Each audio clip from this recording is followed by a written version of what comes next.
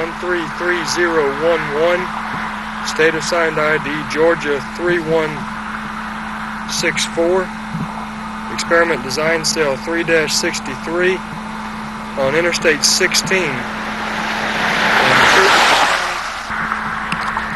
The pavement layers as shown in the candidate project selection data sheets were 10 inches of Portland cement concrete, that's plain, jointed plain concrete pavement, a 1-inch thin asphalt concrete interlayer on top of 5 inches of soil cement, 12 inches of soil aggregate mixture, and a sandy subgrade, which we saw looking at some of the fire ant mounds around here and at the growth habit of the coastal Bermuda grass along the side slopes. We're in a fill section here. We'll have another similar project on down Interstate 16 a ways, and that's going to be on cut. So I picked this one on fill to show a little bit more variation in that after what we saw earlier today. It indicates on here that the joint spacing was 30 feet, and we wound up actually measuring the staggered joint spacings of 23, 22, 16, and 17 feet. The joints are skewed a little bit more here. It's 1.8 feet per lane, per 12-foot lane, that is.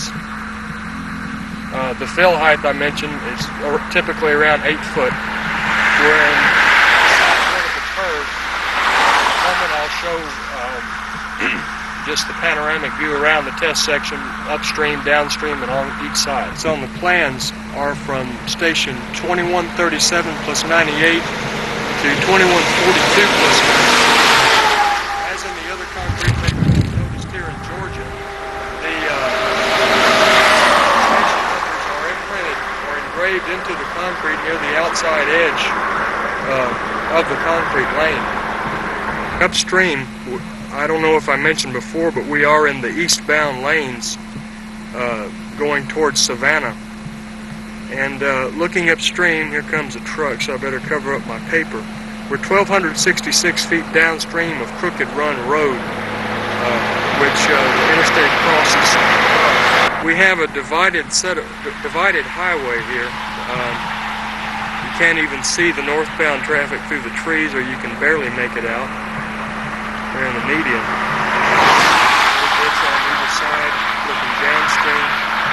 See, we're kind of in a flat area here, and the side portion is very prepared. It's a long sag there, no problem with using it. The fill height here is rather consistent, typically around 8 feet. The shoulder is surfaced with a granite using the chip seal.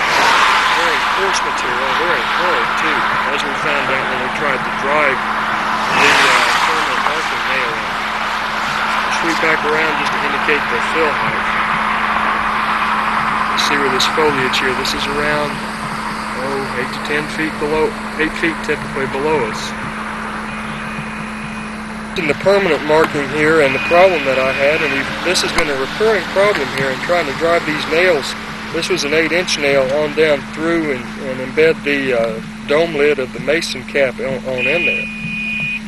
Problem in the future, I'm going to suggest that we use maybe a 4-inch roofing nail or something to that effect for driving it in, because this could present more of a hazard than anything else, be more risky than the benefit that it would show by having a permanent marker.